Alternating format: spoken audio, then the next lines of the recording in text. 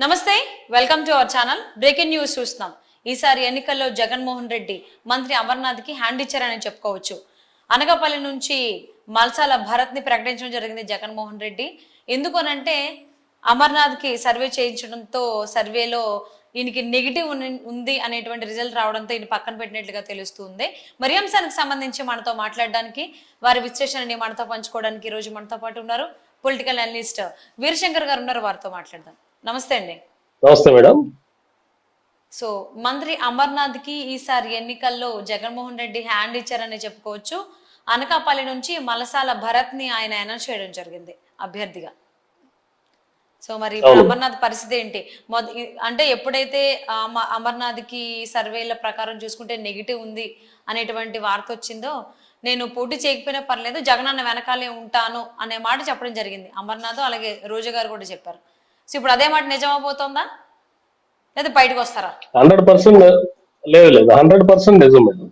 అసలు గుడివాడ అమర్నాథ్ అనే వ్యక్తికి మంత్రి పదవి ఇచ్చి ఆయన స్టేజ్ ని పెంచిన పరిస్థితి జగన్మోహన్ రెడ్డి గారి పరిస్థితి ఏంటంటే, గతంలో సామినేని ఉదయభాను గారు లాంటి, లేకపోతే కిలారి వెంకటరోసి గారు ఇట్లాంటి కాపు నేతలను, మంచి నేతల్ని మంత్రి పదవి ఇవ్వాల్సిన పరిస్థితుల్లో వాళ్ళని సంప్రదించినప్పుడు వీళ్ళు పవన్ కళ్యాణ్ గారికి, జనసేనకి వ్యతిరేకంగా మాట్లాడమంటే మేము మాట్లాడము అని చెప్పి జగన్మోహన్ రెడ్డి గారికి ఎదురు తిరిగిన పరిస్థితి. ఆయన ఎప్పుడైనా జగన్మోహన్ రెడ్డి గారి పరిస్థితి మనందరం తెలిసిన విషయం. ఆయన తన మాటను టాలరేట్ చేస్తే తట్టుకోలేని పరిస్థితి. ఆయన మొదటి నుంచి కూడా అదే పరిస్థితిలో ఉన్నారు. ఆ పరిస్థితిలో ఉన్న జగన్మోహన్ రెడ్డి ఒక ఎందుకు పనికిరాని అంటే, ఎక్కడా అసలు ఈయన గురించి గుడివాడ అమర్నాథ్ అనే వ్యక్తి ఎవరికి తెలియని పరిస్థితి. ఆ నియోజకవర్గంలో, ఆ జిల్లాలో కూడా పూర్తిగా ఆ నియోజకవర్గంలో మాత్రమే తెలుసు.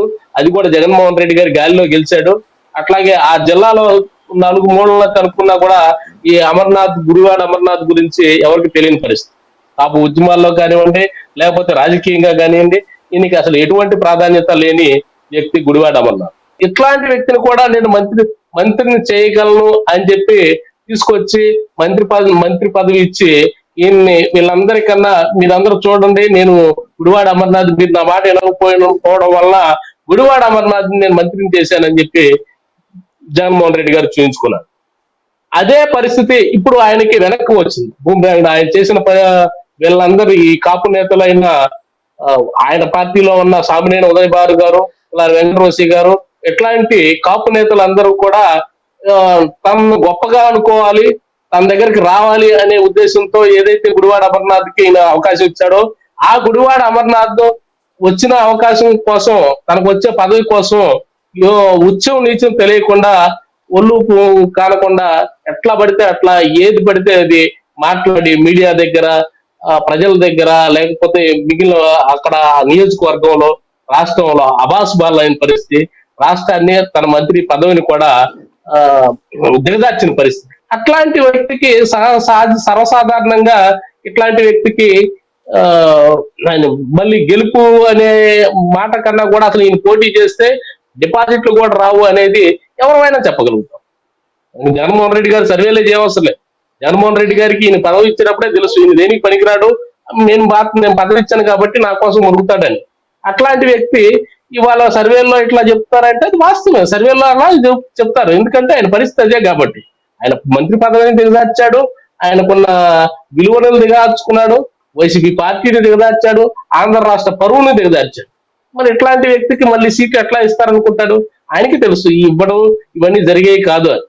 కాబట్టి ఆయన బయటకు వెళ్లే పరిస్థితి కాదు. బయటకు వెళ్ళినా కూడా ఏ వార్డు మెంబర్ గా, లేకపోతే ఏ పంచాయతీకి పోటీ చేసినా కూడా గెలవలేని పరిస్థితి గుడివాడ అమర్నాథ్. అసలు ఇంట్లో వాళ్ళ కుటుంబ సభ్యులే ఈయన్ని దూరం పెట్టిన పరిస్థితి. నువ్వు నీ ఇష్టం వచ్చినట్టు మాట్లాడుతున్నావు పవన్ కళ్యాణ్ గారిని, జన సైనికుల్ని, వాళ్ళు ఇష్టం వచ్చినట్టు ఇంట్లో వాళ్ళని వీళ్ళందరినీ కూడా ఎత్తి చూపిస్తా ఉన్నారు. కాబట్టి ఈ పద్ధతి మార్చుకోమని రకరకాలుగా చెప్పారు. కాకపోతే ఈయన చేయి దాటిపోయింది. ఈయన తీసుకున్న ఈయన ఆ మంత్రి పదవికి ఆశపడటం వల్ల సొంత కుటుంబాన్ని, సొంత సామాజిక వర్గాన్ని అందరినీ పోగొట్టుకొని ఇప్పుడు ఎటు దిక్కుచేయని పరిస్థితిలో ఉన్నాడు. ఈయన గాని, రోజా గాని, ఇంకా పేరు నాని, ఇట్లాంటి వాళ్ళు చాలా మంది కూడా ఇదే పరిస్థితిని ఎదుర్కోవడానికి కారణం అనేది ఇదే పరిస్థితి. అవసరం లేని అంటే వీళ్ళకి ఆ, పనికి మాలిన వాళ్ళని పెద్దవాళ్ళని చేయటం వల్ల వాళ్ళ యొక్క అంటే అమర్నాథ్ కి మంత్రి సర్వే పదవి అనేది ఒకనాటి ముచ్చటే అంటారా? ఇంకంతే కదా. ఇంకా ఇంతటితో ఆయన మంత్రి పదవి కాదు, ఆ రాజకీయ జీవితమే ఆ, సమసిపోయిందని చెప్పుకోవచ్చు. ఈయన ఉమ్. కనీసం ఎక్కడ అంటే రాజకీయ వార్డుకు జీవితమే పోటీ చేసినా సమసిపోయింది కూడా అంటే చాలా గెలవలేని పెద్ద పరిస్థితి. మాట వీరశంకర్ గారు.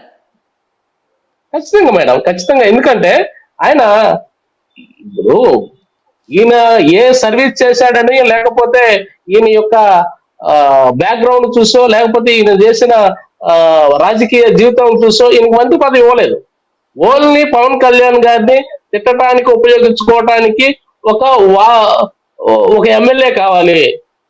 పెద్ద ఓకే. సమర్థులైనటువంటి నాయకులు ఎవరైతే ఉన్నారో, సామినేని ఉదయభాను గారు, అట్లాగే కిలారి వెంకటరోసి గారు, ఇట్లాంటి వాళ్ళు ఎవరైతే ఉన్నారో వీళ్ళు ముందుకు రాని పరిస్థితి. అలాంటి పరిస్థితుల్లో ఒక ఎక్కడో మారుమూల ఉన్న గుడివాడ అమర్నాథ్ బయటకు తీసుకురావటం వల్ల, గుడివాడ అమర్నాథ్ ఆ రోజు నాకు మంత్రి పదవి వస్తుందని చెప్పి వీళ్ళందరినీ దాటి, సీనియర్లందరినీ దాటి నాకు మంత్రి పదవి వస్తుందని ఆలోచించుకున్నాడు. కానీ తన రాజకీయ జీవితం మొత్తం పరిస్థితి ఏంటంటారు? రాజకీయంగా ఎదగాలి అని చెప్పేసి ఆయన రాజకీయాల్లోకి వచ్చినటువంటి అమర్నాథ్ పరిస్థితి ఇక్కడతో పులి స్టాప్ పడినట్టేనా? మరి ఫర్దర్ గాని ఏ రకంగా ప్లాన్ చేసుకునేటువంటి అవకాశం ఉంది? ఎదిగాడు కదా. ఇప్పుడు ఆయన ఒకసారి ఎమ్మెల్యేగా గెలవలేని పరిస్థితి. ఏదో గతంలో 2014లో చంద్రబాబు నాయుడు గారు గెలిచి ఆయన కాపులకు చేసిన అన్యాయానికి ఆయన మీద ఉన్న వ్యతిరేకతతో వైసీపీకి ఓట్లేశారు. వైసీపీకి ఓట్లు వేయటం వల్ల వైసీపీ ఆ గాలిలో వచ్చిన వీళ్ళంతా బ్యాచ్, మరి వీళ్ళని ఏమంటారు వీళ్ళని ఏమంటారో కూడా అదే మీరే చెప్పాలి. గాలిలో వచ్చిన బ్యాచ్ వీళ్ళంతా.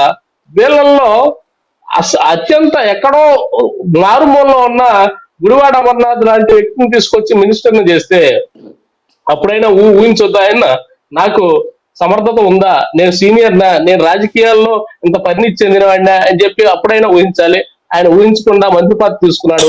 తీసుకొని ఆ పదవికి తగిన న్యాయం చేసుంటే ఇప్పుడైనా చరిత్రలో నిలిచిపోయేవాడు, మళ్ళీ రాజకీయం ముందుకు నడిచే పరిస్థితి. అట్లా కాకుండా ఓన్లీ పవన్ కళ్యాణ్ తిట్టడం కోసం, లేకపోతే జనసేన నాయకుల్ని తిట్టడం, వీళ్ళందరినీ ప్రతిపక్షాల మీద ఒక బురద చల్లటం కోసమే తన మంత్రి పదవిని ఉపయోగించుకొని తన రాజకీయాన్ని తానే పాడు చేసుకున్నాడని చెప్పి మనం చెప్పుకోవచ్చు.